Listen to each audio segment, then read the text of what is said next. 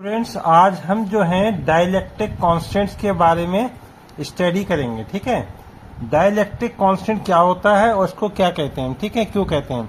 It is defined as the ratio of force acting between two charges when they are kept in air और vacuum to the force acting between the same charges when they are kept in another medium at the same distance.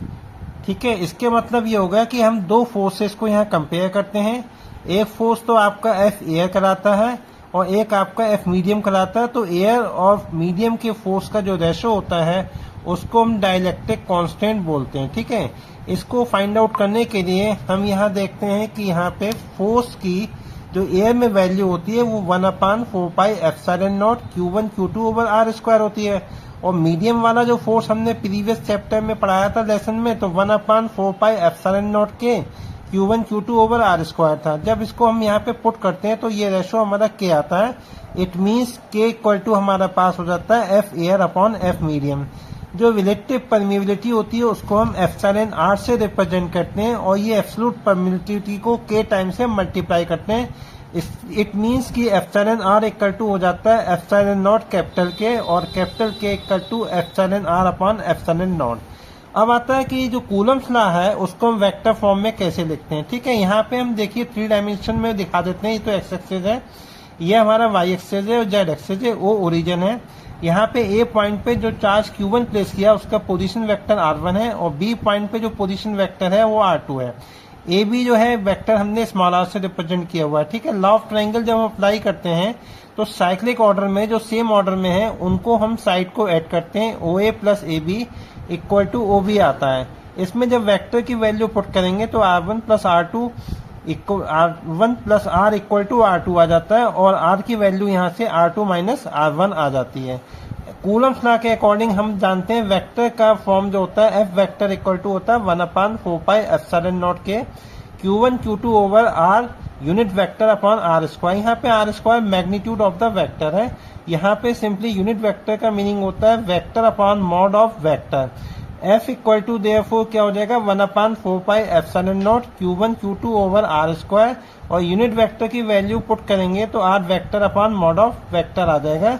इसको simplify करने पे ये जो है आपका Q1 Q2 upon R cube और R unit vector की जगह R वेक्टर ही यूज होगा क्योंकि यूनिट वेक्टर की वैल्यू हम पहले ही सब्स्टिट्यूट कर चुके हैं। ठीक है, इसके बाद अगर इसको हम पोजीशन वेक्टर की टर्म में डिफाइन करें तो यहाँ आपको मालूम है कि जो कूलम्स लॉ का जो फोर्स आया था वो Q1 Q2 R क्यूब और R वेक्टर आया था। तो R की वैल्यू अभी हमने फाइंड आउट की थी, वो था R2 माइनस R1।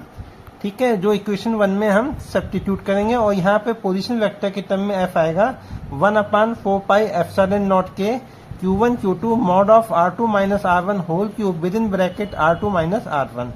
इसके बाद आता है प्रिंसिपल ऑफ सुपरपोजिशन क्या कराता है। ठीक है, प्रिंसिपल ऑफ सुपरपोजिशन की जो डेफिनेशन हमारे पास आती है उसमें यह है according to this when a number of charges are interacting the total force on a given charge Q is the vector sum of the individual forces exerted on the given charge by all the other charge, that is F vector equal to F1 vector plus F2 vector plus F3 vector plus F4 plus F5 plus dot dot up to Fn।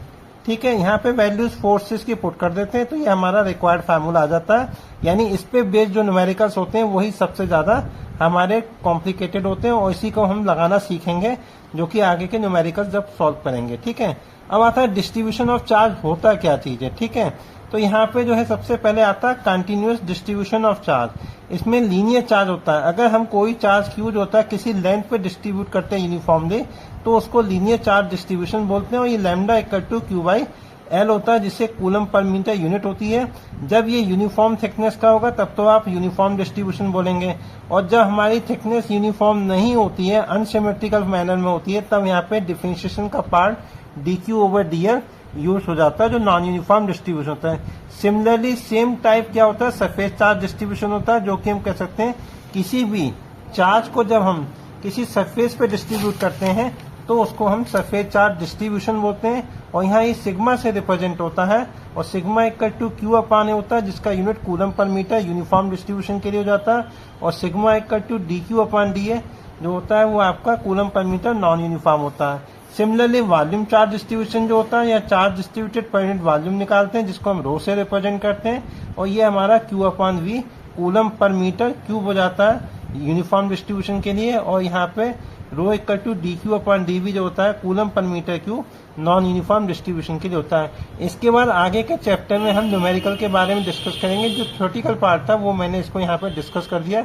इसकी definition चाहें तो आप मेरे जो है इस बारे notes के थ्रू आप इसको कॉपी कर सकते हैं। अगर ये वीडियो आपको पसंद आया हो तो इसको लाइक और सब्सक्राइब करें।